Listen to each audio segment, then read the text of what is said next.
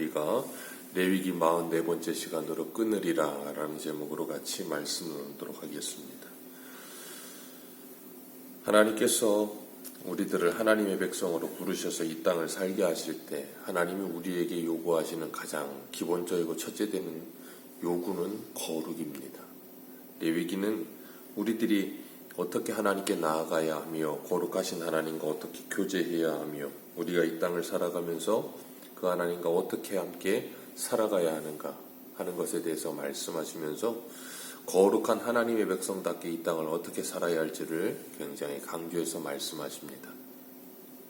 우리가 세상을 살아가면서 우리에게 두 가지 참 중요한 것이 있다면 선택하는 것과 집중하는 것입니다. 무엇이든지 인생을 살다 보면 사람들은 참 많은 선택을 합니다. 이것을 해야 할지 저것을 해야 될지 참 그 선택의 기로에 놓여 있을 때 어떻게 해야 될지 몰라서 참 힘들어할 때가 참 많고, 그러는 가운데 하나님께서는 우리에게 한 가지 선택의 기준을 주셨어요. 믿음을 가지고 이것을 정말 하나님의 영광을 위해 하고 있는가 하는 것을 생각하게 하시면서 선택하게 하십니다. 그리고 선택을 했다면 우리는 그 선택한 것에 집중하지요. 그래서 공부할 학생들은 공부를 선택하고 공부에 집중합니다. 일하는 사람들은 일을 선택하고 일에 집중합니다. 그리스도인들도 마찬가지죠. 그리스도인으로서 학생은 공부를 최선을 다하죠. 그 이유는 세상의 사람들은 열심히 공부해서 성적이 높이고 좋은 학교를 가고 그래서 자신의 이름의 영광을 드러내며 잘 먹고 잘 사는 게 목적이라면, 그리스도인들은 그것을 통해서 어떻게 하면 내가 하나님께 영광을 돌릴 수 있을까를 생각하며 최선을 다해 공부하고 최선을 다해서 일하죠. 그러면서 이 땅에 하나님의 영광을 드러내는 길을 찾기 위해 애를 쓰게 되는 겁니다. 그렇기 때문에 우리는 이 세상을 살면서 올바른 선택과 집중이 중요한데, 세상의 사람들은 집중한 일에 최선을 다합니다. 열심히 하죠. 그런데 올바른 선택을 못해요. 인생에 있어서 최고의 선택은 하나님을 선택하는 겁니다. 그것보다 중요하고 그것보다 먼저 될 것은 없어요. 하나님을 선택하지 않고 집중하는 모든 것들은 죄가 되는 거예요.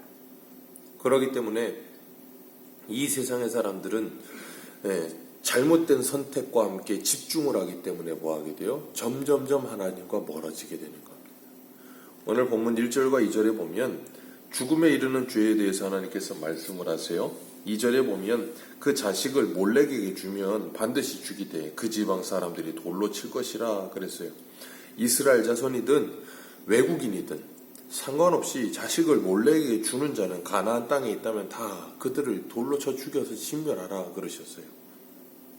이 몰렉이라는 신은 가나안 땅의 토착신인데 이 몸은 사람의 몸인데 얼굴이 소의 형상을 하고 있습니다. 그리고 이렇게 앉아있는 모습으로 손을 양쪽으로 이렇게 내밀고 서 있어요. 그러면 손을 내밀고 있는 그곳에다가 이제 아이를 올려놓고 인신제사를 드리는 겁니다. 이방 종교의 특징 중에 하나가 인신제사를 드리는 것인데 참 너무 잔인하죠. 그리고 이 재료가 뭐로 되어 있냐면 청동으로 되어 있어요. 그래서 이 뒤에 불을 지릅니다. 그러면 청동이니까 열 전도율이 굉장히 좋잖아요. 그러니까 이렇게 손 내밀고 있는 형상으로 하고 소 모양으로 이렇게 손 내밀고 있으니까 그 위에 아이를 올려놓으면 불을 지펴놔서 그게 얼마나 뜨겁겠어요? 그럼 어떻게 됩니까? 아이가 타 죽는 거예요. 자신의 아이를 그 몰렉에게 내준다는 건 그렇게 아이를 태워 죽여서 인신제사를 드리는 거예요. 왜 그걸 하겠어요? 이유는 하나입니다. 그렇게 하면서까지 자신에게 어떤 대단한 이익과 유익을 줄 것이라는 그런 어떤 기대를 가지고 그걸 하는 거거든요. 그러니까 자식마저도 무엇을 위해 사용하냐면 자신의 이익과 유익을 위해 사용하는 거예요. 정말로 잔인하고 대단히 무섭죠. 자식을 죽여서라도 자신이 복을 받겠다는, 열왕기하 6장에 보면 엘리사 시대에 사마리아가 아람 군대에게 포위를 당한 적이 있었어요. 그때 여인들이 먹을 것이 없어지니까 뭘 합니까? 아이를 낳아서 서로 아이를 잡아먹죠. 참 사람이 얼마나 이렇게 바닥까지 내려가는지를 우리에게 잘 보여주시는 겁니다. 구약만 그런 것이 아니라 신약에도 보면 그런 모습이 언뜻 보여지는 것이 있어요. 뭐냐면 이 요한복음 9장에 가면 날 때부터 소경되었던 일을 예수님께서 고쳐주시잖아요. 그리고 나니까 바리새인들이 찾아와서 그 부모에게 어떻게 된 거냐고 추궁을 해요. 그랬더니 그 부모가 하는 말이 뭐냐면 저가 장성하였으니 자기 일을 말하리이다 하면서 자기 자식에게 가서 물어보라는 거예요. 우리는 모르겠다는 거예요. 우리가 그 아이를 낳았을 땐 소경이었던 거 맞다. 그런데 갑자기 눈을 떴다. 근데 우리는 모르겠다 하면서 아예 그냥 자식하고 손을 그어버리죠. 이유는 하나입니다. 이 바리새인들, 유대인들이 예수를 그리스도라고 시인하는 자들은 유대교에서 출교시켜버리겠다고 결의를 해버린 거예요. 유대에서 출교시켜버린다는 건 뭐 재산을 압류하고 완전히 그냥 쫓겨버리는 거예요. 그 당시에는 부족 사회였기 때문에 그 유대교에서 출교된다는 건 거의 사회에서 격리되는 것과 마찬가지인 거예요. 그러니까 자식이 눈을 뜬 일이 기쁘기는 하지만 우리가 가족이 아예 그냥 우리 가문이 사회에서 이렇게 뭐 격리되어 버리는 것은 우리는 그럴 수 없다는 거예요. 그러니까 그런 장성했으니 그에게 물어보라는 거예요. 그와 나는 우리는 상관이 없다. 아예 선을 그어버리는 거예요. 참 무섭죠. 인간이 이렇게 우상에 빠져드는 이유는 하나입니다. 자기 숭배 사상이 강렬하기 때문이에요. 인생에 있어서 자신보다 더 중요한 건 없는 거예요. 그렇기 때문에 자식을 몰래에게 바쳐서라도 성공해야 하겠고 그 탐심이 자신을 죽이는 것이고 오늘날에는 몰래에게 자식 주는 부모가 어디 있겠습니까마는 오늘날도 그런 모습과 똑같은 모습이에요. 자기 자식을 자신의 생각대로 잘되게 하겠다고 육아를 하면서 그 자식이 세상적인 풍조에 물들고 세상으로 달려가고 있는데도 불구하고 세상에서 성공할 수만 있다면 얼마든지 그러면서 하나님과 단절시키는 삶을 스스로 시켜줘. 부모가 주일날 오지 않아도 돼. 공부해. 공부시키고 세상적으로 성공할 수만 있다면 그것이 굉장히 잘 되는 것인 줄 착각을 하고 아이들을 데리고 갑니다. 그러다 보니까 그 아이들이 공부는 잘하는데 그 아이들의 영혼은 어떻게 돼요? 점점점 죽어버리죠. 오늘날의 모습이 그런 거예요. 딱. 그러니까 다음 세대는 없고 다른 세대밖에 없죠.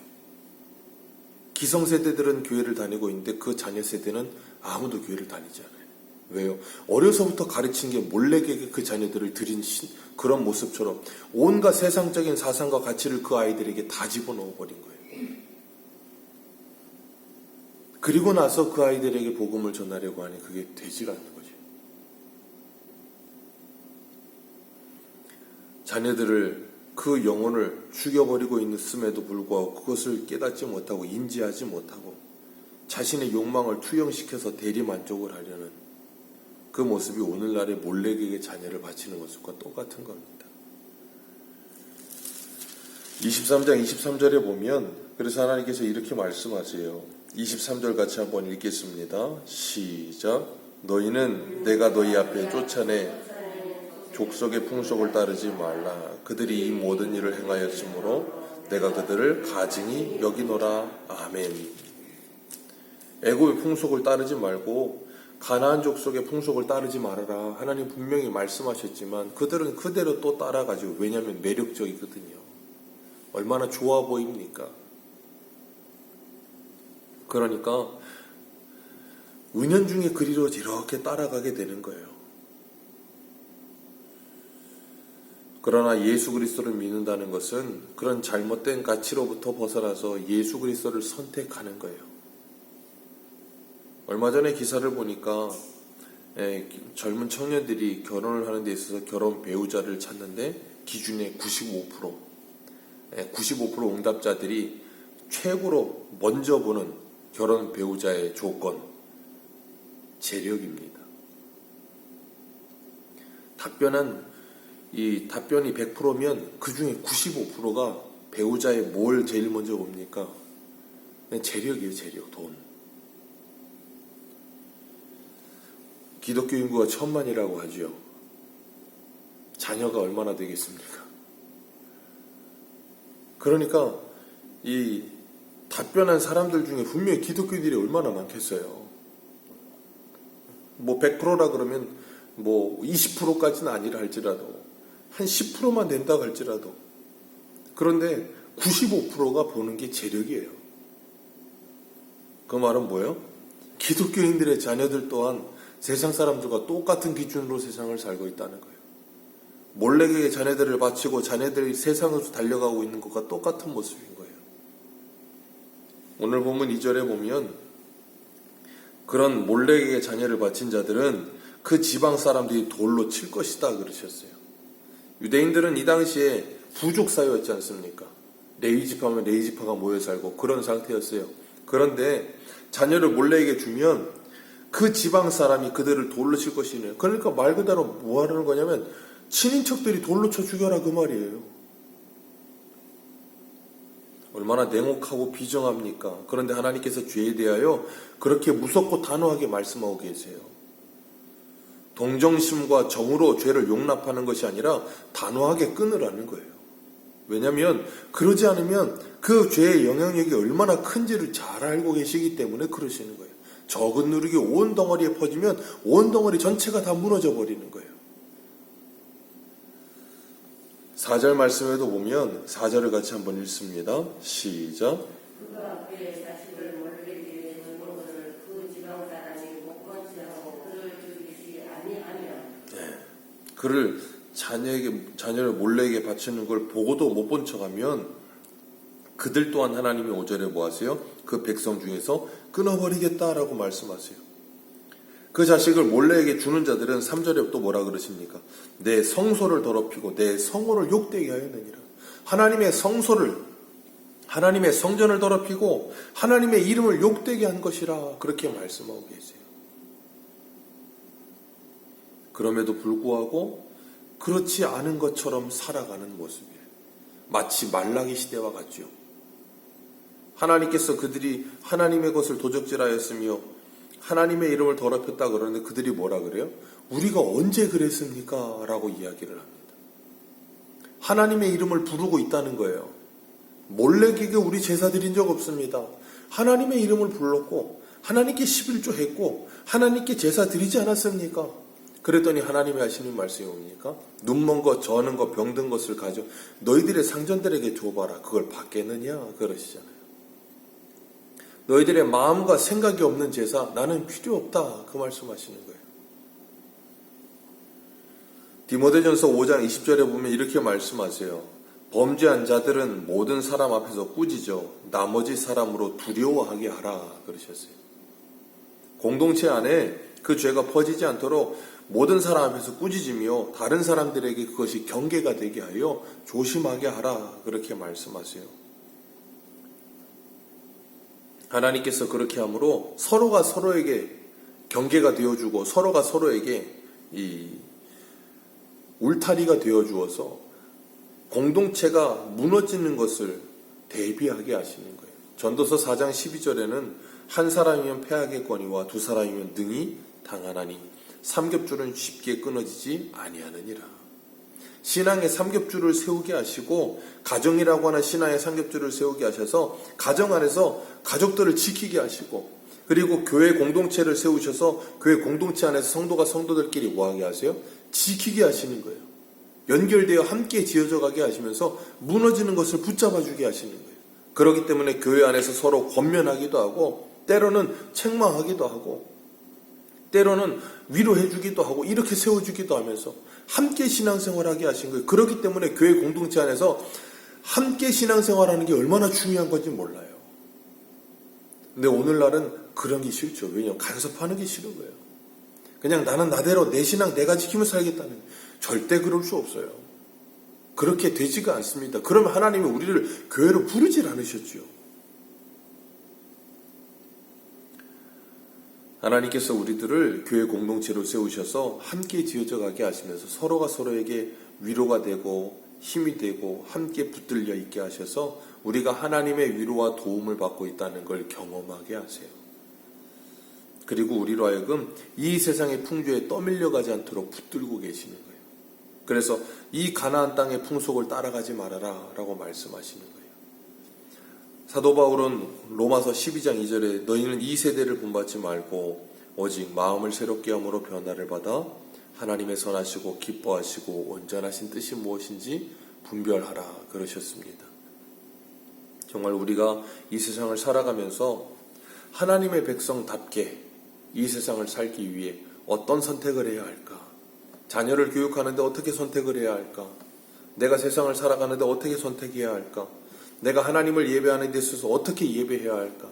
선택하고 그것에 집중하면서, 그래서 세상 사람들은 그렇게 표현하잖아요. 기회비용이라고. 무엇인가 하나를 선택하면 하나를 포기해야 되는 거예요. 우리는 그러고 싶지가 않은 거예요. 두 마리 토끼를 다 잡고 싶은 거예요. 하나를 놓을 수가 없어요. 왜? 아까운 거예요. 근데 주님 분명히 말씀하십니다. 하나님과 재물을 겸하여 섬길 수 없느니라. 우리 안에 신은 하나밖에 없어요. 신이 둘일 수가 없어요.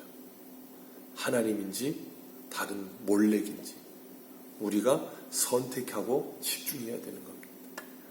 우리가 이 땅을 살아가면서 이 세상의 풍조가 어떤 바람이 불어오든 어떤 유행이 오든 그것과 상관없이 진리의 말씀, 주님 다시 오시는 그날까지 변하지 않은 이 진리의 말씀을 붙들고 주님과 동행하며 정말 이 어두워져가는 세상 속에 세상의 빛과 소금이 되어 세상의 풍조를 따라가는 것이 아니라 세상을 이끌어갈 수 있는 복된 하나님의 사람들 되시기를 주님의 이름으로 축복합니다. 기도하겠습니다.